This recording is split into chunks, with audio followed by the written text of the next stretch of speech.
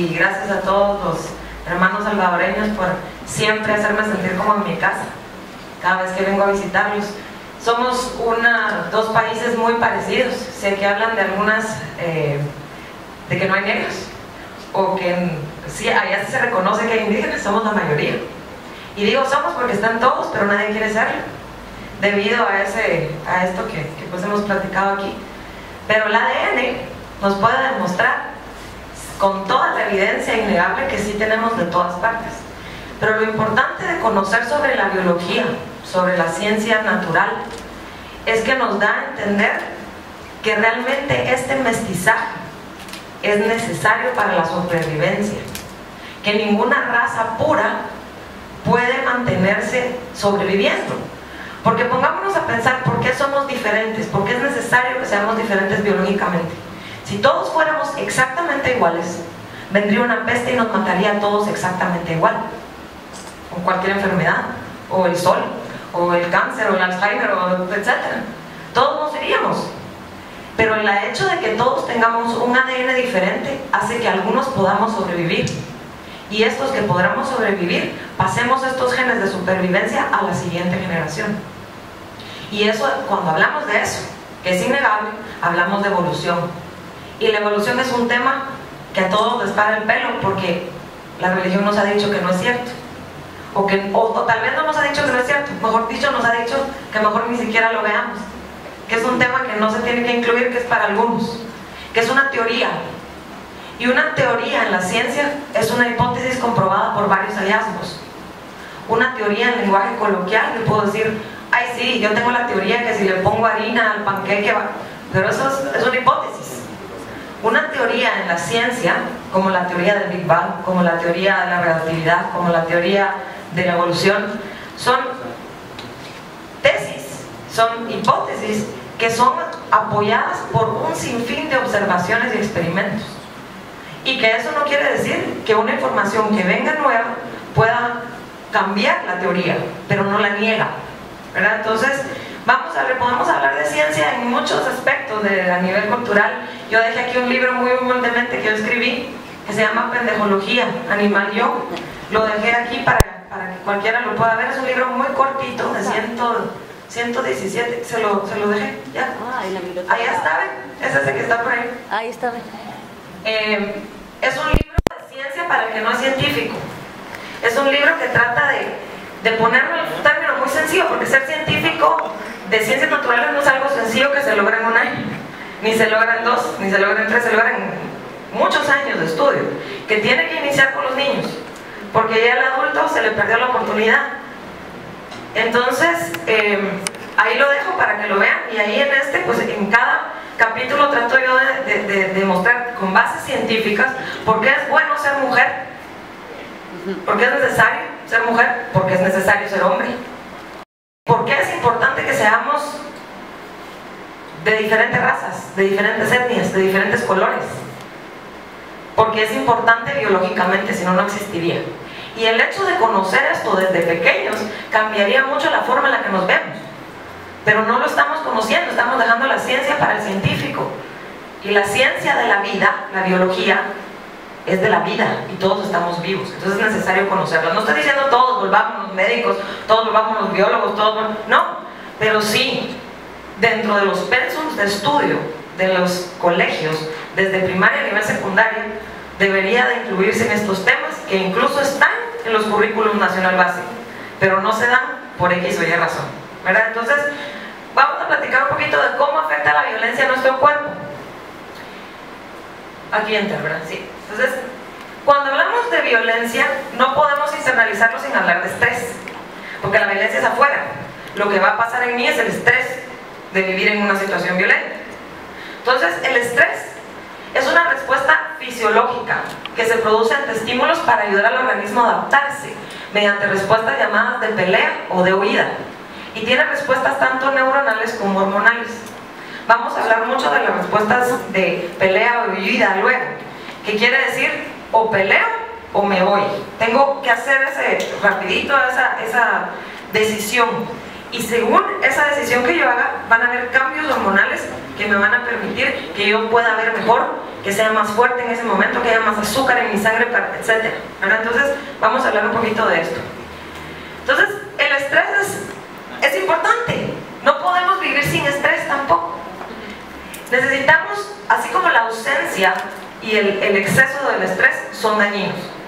Si yo no tengo estrés, no tengo la capacidad de adaptarme a diferentes cosas, pero no tiene que ser un estrés constante.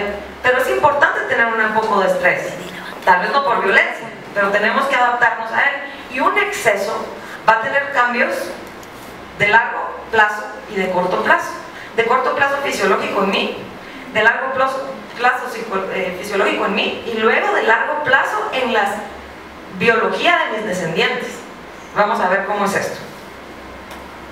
Cuando habla la Biblia, yo no soy mucho de hablar de la Biblia, pero dice los hijos de tus hijos y los hijos. Es cierto. Usted no va a conocer a los hijos de sus hijos, tal vez, ni van a saber quiénes son. Pero lo que nosotros hagamos ahorita como comunidad y biológicamente va a afectar a esos hijos de los hijos y 50 generaciones más.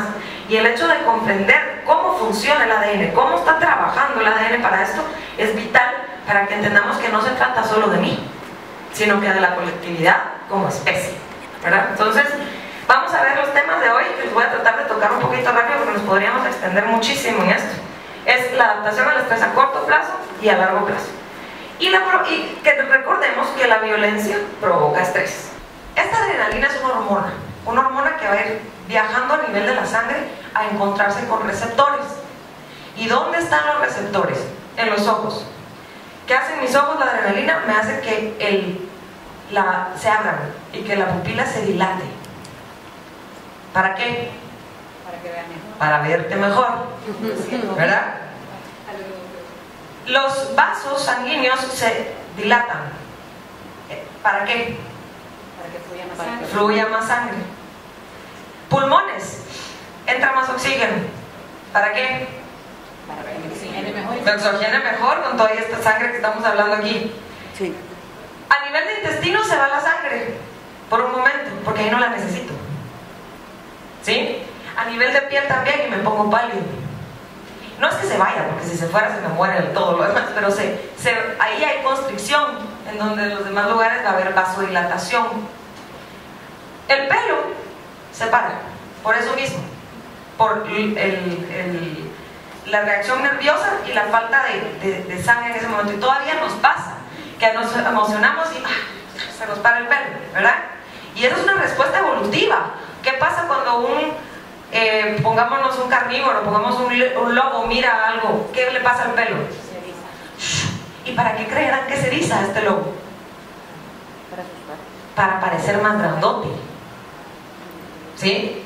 Porque necesita demostrar su presencia. Tenemos todavía este reflejo de nuestros ancestros, porque nosotros no parecemos ya más grandotes, pero nos sigue pasando esto. ¿Qué pasa aquí con los músculos? Los músculos entra más sangre y hay más cantidad de azúcar que viene del hígado. ¿Para qué me sirve el azúcar en la sangre? Para correr. Energía, ¿verdad? Y luego también sudo para mantener mi temperatura corporal. Entonces todo esto me está diciendo la adrenalina, este eje neuroendógeno, para yo volverme más buzo. A mí me pasó una vez, me persiguió un toro, me sigo siendo médico veterinario, y cuando sentí, yo estaba arriba de un manglar, ahí, hasta arriba y el toro abajo, enojado, bravío, y me pongo a pensar, si yo hubiera querido subir este árbol no lo hubiera logrado. Pero en ese momento yo me volví más fuerte, y cuando sentí estaba ahí arriba, ¿verdad? Porque decidí no pelear, decidí huir, ¿verdad? Que son momentos rápidos. Bueno, como les decía, se caracteriza por activación del hipotálamo, hipófisis, corteza suprarrenal y luego del cortisol. Este eje endocrino luego entra con el cortisol, que es una hormona principal de estrés también en la médula, pero ahora en la corteza adrenal, ya no en la médula. Y este cortisol a corto plazo es muy importante, pero a largo plazo me puede causar otros problemas, como por ejemplo la disminución de mi respuesta inmune. Por eso una persona con mucho estrés o estrés crónico se puede enfermar más rápidamente o con más frecuencia, porque bajan sus defensas. Incluso este cortisol se utiliza para personas que les hacen algún trasplante, por el temor al rechazo, tienen que tomar de esos medicamentos, toman cortisol, ¿verdad? Entonces, porque baja la respuesta inmune, pero es necesario el cortisol en bajas cantidades todos los días para que podamos transformar el tejido adiposo en energía, si no nunca adelgazaríamos tampoco, ¿verdad?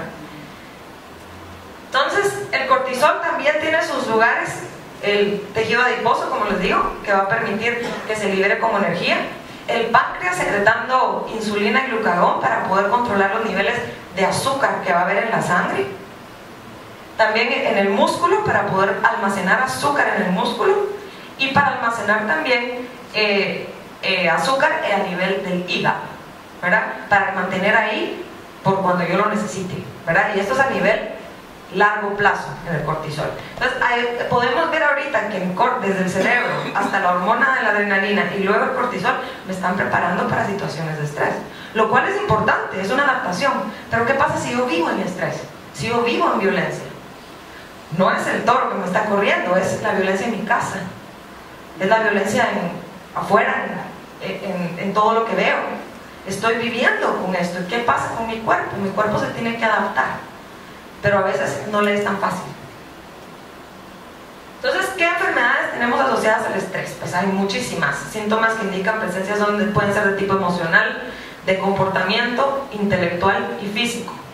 Nos agarra todo, nos agarra integral. Entonces, ya vimos ahorita que es lo de la fase de alarma, las fases del estrés, y miren acá, estamos en un nivel normal de resistencia y luego la alarma nos hace pensar, llega la resistencia y luego el agotamiento. ¿Por qué llegará el agotamiento luego de esto?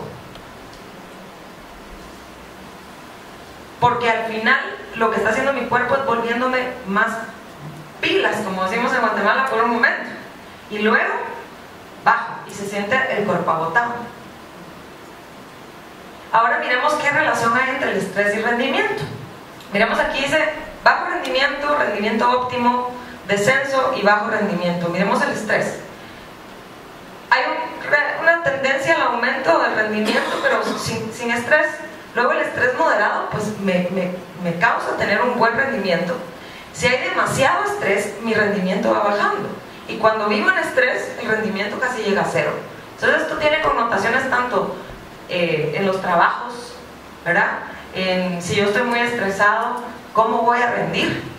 Por eso no nos conviene tratar tampoco a las personas en un nivel así horrible de estrés, porque si queremos que rindan, esa no es la forma adecuada, ¿verdad?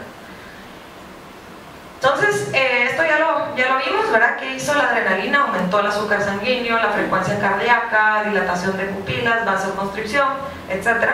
¿Y qué hizo el cortisol? El cortisol convirtió la proteína en azúcar disponible y tiene una reacción antiinflamatoria y disminución de la respuesta inmune. Entonces aquí vimos qué causa el estrés fisiológicamente a corto plazo. ¿Qué pasa a largo plazo? Los efectos sobre la salud física como sobre la salud mental pueden ser trastornos de adaptación de tipo ansioso, depresivo o mixto. Pueden haber trastornos de ansiedad como ataques de pánico, trastornos de estrés agudo o estrés postraumático. Puede haber trastornos de ánimo como depresión, trastornos somatotrofos, o sea, pues se somatizan enfermedades, colon irritable, reflujo, ¿verdad? Trastornos por uso de sustancias. A veces necesito medicarme de alguna forma para dejar de estar sintiendo esto que estoy sintiendo. Empieza el alcoholismo, el uso de drogas, el uso de medicinas, también drogas prescritas, por ejemplo. Trastornos del sueño, trastornos sexuales y trastornos en la alimentación. Todos estos pueden ser consecuencias de un estrés continuo. Y digamos, ¿cuántas personas no sufren de estas cosas? Todos tenemos algo, tal vez no a nivel clínico, pero sí, por lo menos yo el colon irritable es algo que cada rato estoy padeciendo y sé que tiene de apellido estrés. Pero si lo sé, puedo también ver cómo lo evito, ¿verdad? No quiere decir que solo con meditación lo voy a evitar, tal vez a veces necesito al médico, ¿verdad? Pero puedo saber de dónde viene. Ahora, trastornos físicos, enfermedades cardiovasculares como enfermedades coronarias, hipertensión, infartos, arritmias cardíacas, trastornos digestivos como lo que les contaba del intestino irritable, la úlcera, los reflujos, trastornos respiratorios como el asma, trastornos de la piel como la psoriasis, el acné o los eczemas, que tienen mucha relación con el estrés, trastornos comunes de atención primaria de salud como dolores de cabeza, dolores de espalda, artritis, dolor crónico, trastornos de la fertilidad, enfermedades relacionadas con el sistema inmune como cánceres, artritis reumatoidea, etc. Y cualquier enfermedad crónica que implique una pérdida significativa de la calidad de vida. Estas son las consecuencias a largo plazo del estrés, en mí. ¿Sí? Ahora, miremos qué pasa con el ADN. ¿Quién de ustedes ha oído sobre el ADN? Todos. ¿Saben qué hace el ADN? ¿Qué hace? Información. Y no solo del ser humano, de todas las criaturas vivientes que existen en la faz de la Tierra. Es el código que nos identifica como vivos y que nos da las instrucciones para ser lo que somos. La próxima vez que usted mire una cucaracha, ¿sí?, o una mosca, o mire una planta, entérese que adentro de las células de estos animales existe el mismo ADN que el suyo, solo que en secuencia diferente. Y eso es lo que hace que ella sea una cucaracha y usted un ser humano. O en una planta, ¿verdad? Es la secuencia de este orden de proteínas pues, que va a hacer la diferencia entre un organismo y el otro. Pero es fascinante ver cómo esto logra tenerlo. Por ejemplo, ¿qué es el ADN? El ADN es el ácido desoxirribonucleico. ¿Por qué le ponen nombres así los científicos de todo? Bueno, ¿por qué? Porque es un ácido, o sea, tiene más hidrógenos que hidróxidos, ¿sí? Iones hidrógenos, química. Desoxirribonucleico. ¿Por qué desoxirribo? Porque el lado izquierdo, dextro, de la ribosa, que es el azúcar que tiene, está dentro del núcleo. ¿Sí? De eso se trata, los nombres estos, pero todo tiene una razón de tener ese nombre. Debido a que es el ácido desoxirribonucleico, le vamos a llamar ADN, ¿verdad? Pero así lo conocemos más. Es una macromolécula que forma parte de todas las células. Contiene información genética usada en el desarrollo y funcionamiento de organismos y es responsable también de la transmisión hereditaria de estos organismos a sus otras generaciones. Entonces miremos aquí cómo es. Está la célula. Adentro de la célula tenemos el ADN. Y este ADN, si lo pusiéramos todo así, en una línea, tendríamos 257 metros de ADN en cada una de nuestras células. Fíjense cuánta información hay. Por eso está así. Porque va a haber mucho ADN en un lugarcito tan pequeñito. Y si lo hiciéramos largo, lo miraríamos así, como una doble escalera acolochada. ¿Pero qué es? Y esta doble escalera acolochada va a formar cromosomas. Y estos cromosomas, nosotros como humanos tenemos 46 cromosomas. En algunos casos 47, 48, depende, ¿verdad? Porque también como humanos podemos tener eso. Pero nos diferencia como especie. Porque un perro tiene 72.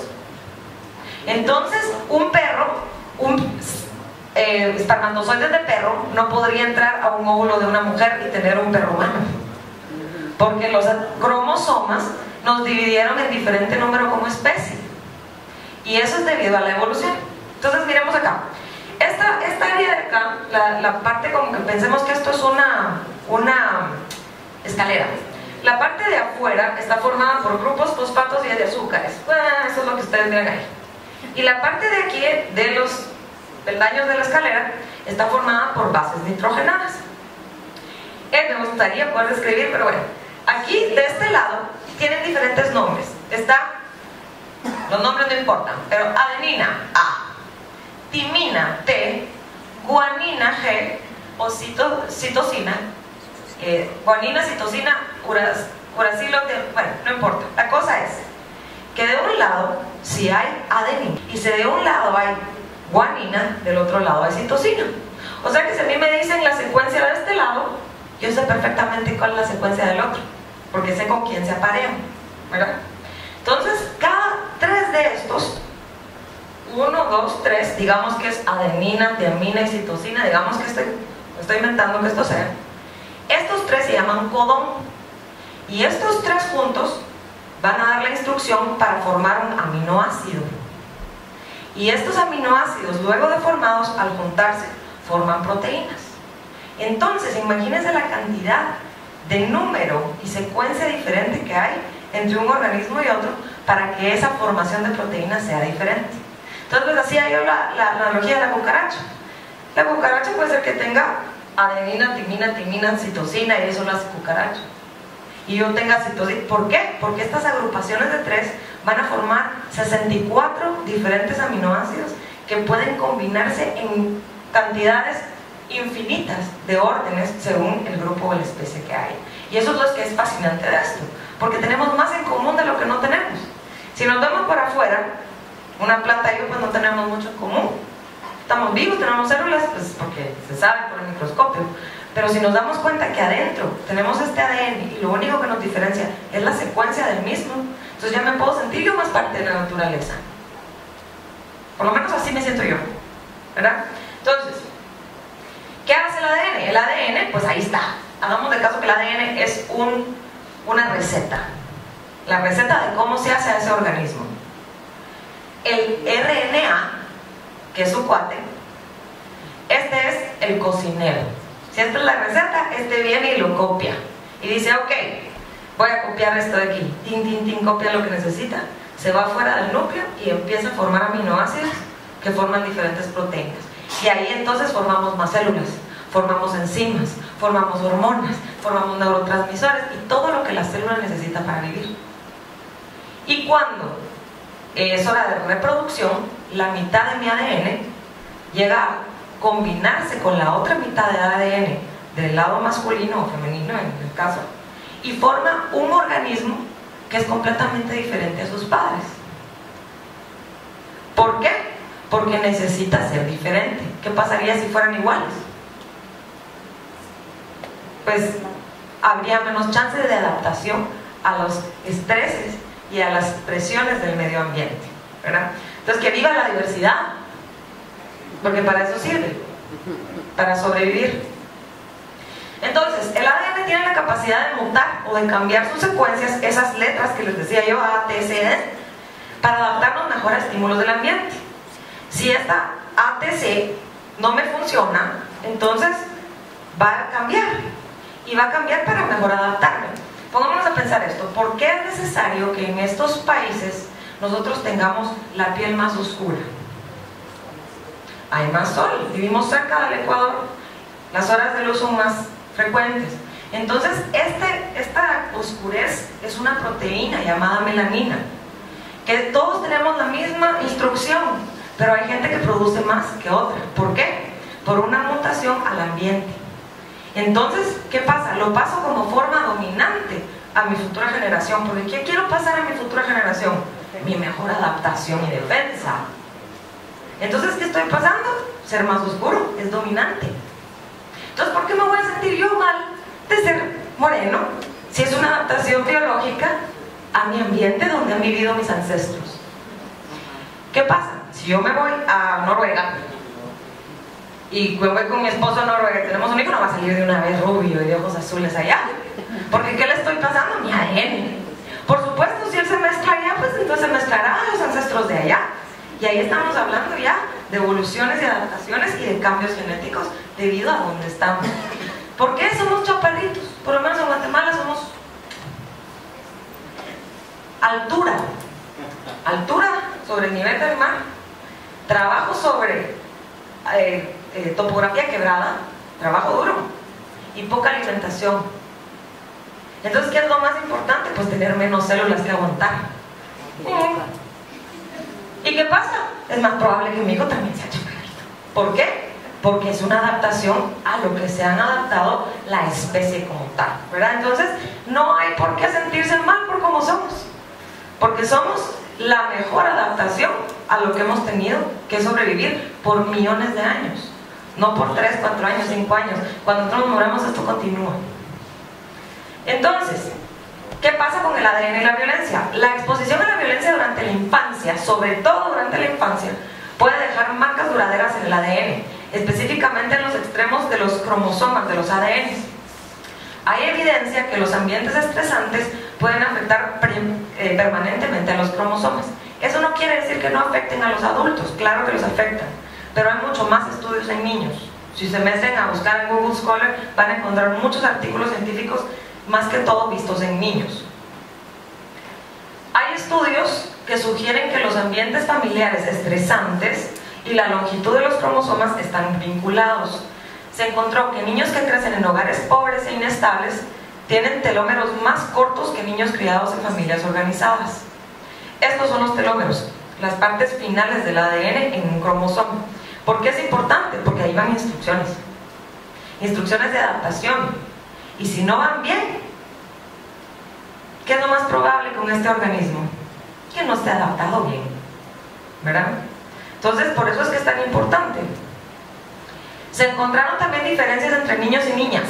Los eventos traumáticos tienen más probabilidades de afectar la longitud en niñas.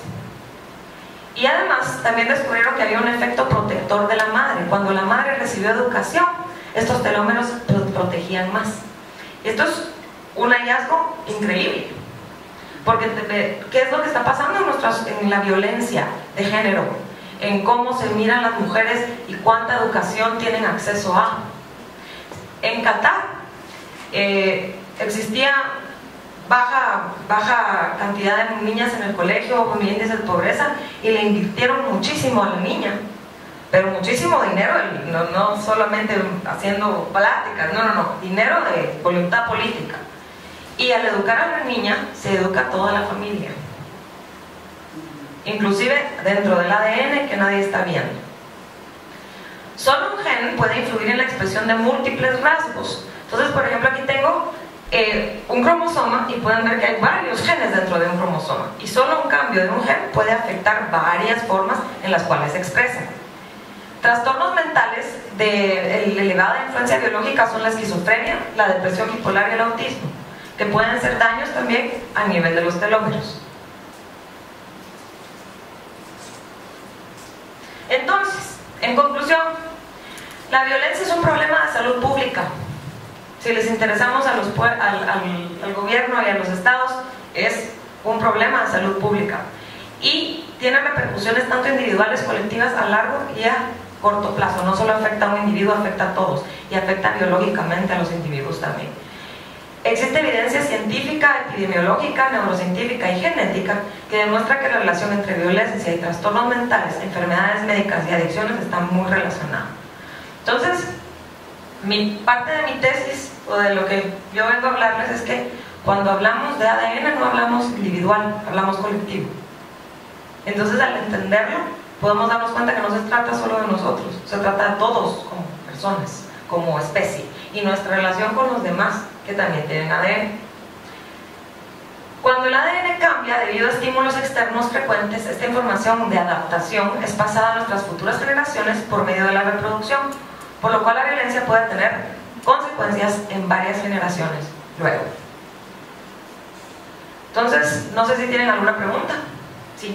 Un documental que vi sobre el gen de la violencia, y que es el gen guerrero, y hacían investigaciones en jóvenes que habían sido sistemáticamente rebeldes. Había uno específicamente que es un cantante de una banda de punk que se llama Henry Rollins, y lo investigan, ¿verdad?, profundamente para ver si él tenía el gen, y descubren que no lo tenía, que era una adaptación que él venía haciendo de cómo se fue formando, y que, por ejemplo, no sé si me equivoco, pero había un grupo específico de pandilleros de Los Ángeles que sí lo tenían. Claro, este gen, como les digo, no solo hay un gen, hay muchos estudios sobre esto. ¿Y por qué existen? Porque son necesarios. Acuérdense que si hablamos de evolución estamos hablando de antes, y la vida de hace 10.000 años no era la misma de ahorita, pero ya vivíamos como seres humanos modernos hace 10.000 años. Quiero que me lo digan por acá, ¿verdad? Teníamos que hacer, nuestras confrontaciones tenían que ser diferentes, la forma en la que estábamos en el ambiente también era diferente, las especies con las que teníamos que compartir, la cantidad de poblaciones, etc. Entonces era necesario que existieran guerreros, y todavía es necesario, pero no guerreros con violencia, guerreros con palabra, ¿sí? Porque si no, como decía Vanessa hoy que habíamos platicado en el carro, quien tiene el conocimiento, si no inicia los debates, nada cambia. Entonces tenemos que iniciar los debates de por qué es importante conocer de biología, por qué es importante hablar de género, hablar de las razas, de las diferentes etnias que existen, de dónde venimos. Si no lo hablamos, seguimos igual, y la idea es ir evolucionando culturalmente también, como lo hacemos biológicamente. Entonces, yo con esto los dejo y les agradezco mucho que me hayan oído y que les hayan interesado en el tema. Dejo mi libro por ahí para quien esté interesado. Entonces, allí se los doy porque yo tengo que regresar a cuidar del cerdito y del perro y del niño y de las ardillas, de todo lo demás que tengo que ir a ver por ahí.